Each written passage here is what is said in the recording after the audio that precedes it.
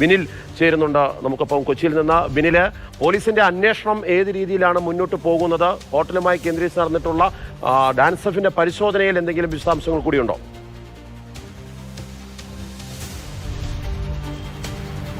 Marshal, എവിടെയാണ് ഷൈൻ ടോം ചാക്കോ എന്നത് ഇപ്പോഴും പോലീസിന് കണ്ടെത്താൻ കഴിഞ്ഞിട്ടില്ല. വ്യാപകമായ പരിശോധനയിലേക്ക് പോകുന്നു എന്നതാണ് Kochi city police commissioner Putta Vimaladitya അല്പം മുമ്പ് മാതൃഭൂമി ന്യൂസിനോട് പറഞ്ഞത്. കാരണം ഈ ഷൈൻ ടോം ചാക്കോ എവിടെ എന്നത് കണ്ടെത്തണം എന്നത് തന്നെയാണ് പോലീസിന്റെ നിലപാട്. ഇതിൽ ഏറ്റവും പ്രധാനപ്പെട്ട ഒരു കാര്യം എന്നത്, ഇന്നലെ രാത്രി പോലീസിന് ഒരു രഹസ്യ വിവരം കിട്ടുകയാണ്. ഷൈൻ ടോം ചാക്കോ ഇന്ന ഹോട്ടലിലുണ്ട്, അവിടെ ലഹരി ഉപയോഗം നടക്കുന്നുണ്ട് എന്ന്.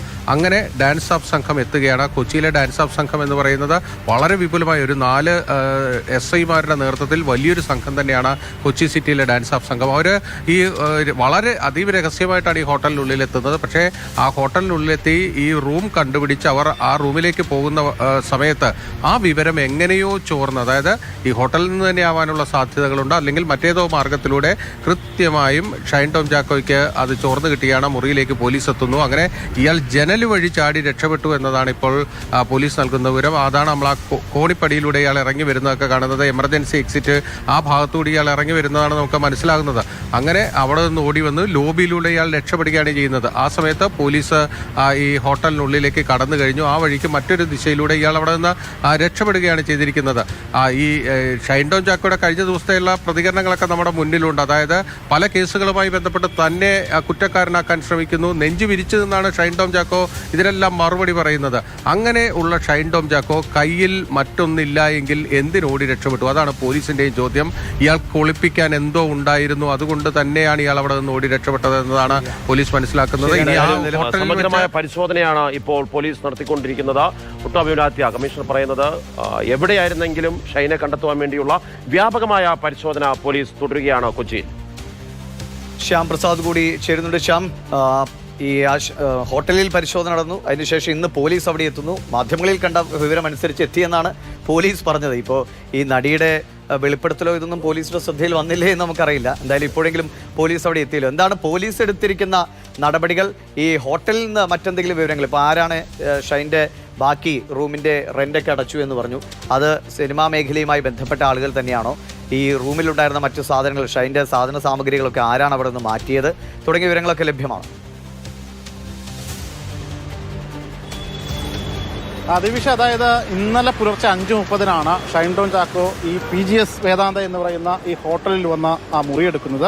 മുറിയെടുത്ത് ഏകദേശം രാവിലെ 10 മണിയോടുകൂടി ഒരു സുഹൃത്ത് ഈ ഷൈൻ ടോം ചാക്കോയെ കാണുവാനായി എത്തുകയാണ്. ഒരു പെൺസുഹൃത്താണ് എത്തുന്നത്.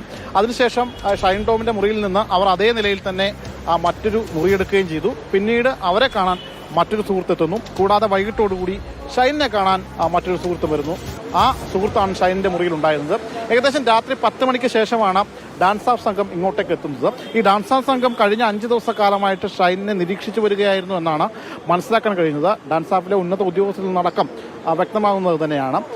ലഹരി ഉപയോഗിക്കുന്നുണ്ട് എന്ന വിവരത്തിന്റെ അടിസ്ഥാനത്തിൽ തന്നെയാണ് ഡാൻസ് ഓഫ് ഇവിടെ എത്തുന്നതും. ഇവിടെ എത്തി ഈ ലോബിയിൽ വന്ന ഷൈൻ ടോം ചാക്കോ താമസിക്കുന്ന വിവരം മനസ്സിലാക്കി മുറി എത്രയാണെന്ന് തിരക്കുന്നു. 3-ാം നിലയിലെ 314-ാം നമ്പർ മുറിയിലാണ് ഈ ഷൈൻ ടോം ചാക്കോ താമസിക്കുന്നതെന്ന് പറയുന്നു. അങ്ങനെ ഈ സംഘം മുകളിലേക്ക് കയറുന്ന ഘട്ടത്തിലാണ് ഈ സ്യൂട്ട് റൂമാണ് ഷൈൻ ടോം ചാക്കോ എടുത്തിരുന്നത്. സ്യൂട്ട് റൂമിലെ ഡോറിലെ ലെൻസ് ഉണ്ട്. ആ ലെൻസിലൂടെ സൈഡിലൂടെ നോക്കിയാൽ ഈ പുറത്തേക്കുള്ള വ്യൂ നല്ല രീതിയിൽ കാണാൻ കഴിയുമെന്നാണ് മനസ്സിലാക്കുന്നത്. അങ്ങനെയാണ് ഈ പോലീസ് സംഘം വരുന്ന കാര്യം ഷൈൻ അറിയുന്നതും. തുടർന്ന് ഈ മുറിയിൽ നിന്നും ഇയാൾ ജനാല വഴി പുറത്തേക്ക് ചാടുകയായിരുന്നു. പുറത്തേക്ക് 2-ാം നിലയിലേക്ക് ചാടുന്നു. ആ 2-ാം നിലയിൽ ചാട്ടത്തിൽ നിന്ന് ഈ സ്വിമ്മിംഗ് പൂളിലേക്ക് വീഴുന്നു. അവിടുത്തെ ഒരു ഷീറ്റ് പൊട്ടുന്നുമുണ്ട്. അവിടെ നിന്ന് നേരെ പുറത്തേക്ക് ഈ സ്റ്റെയർ വഴി ഇറങ്ങി ഓടുന്നതാണ് നമുക്ക് ദൃശ്യങ്ങൾ കാണുന്നത്. അതായത് ഈ CCTVയിൽ ഇപ്പോൾ പ്രചരിക്കുന്ന ദൃശ്യങ്ങൾ അതാണ്.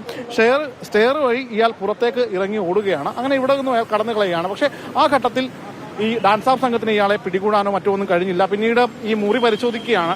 മുറി പരിശോധിച്ചു. മുറിയിൽ നിന്നും തന്നെ കണ്ടെത്താനായില്ല.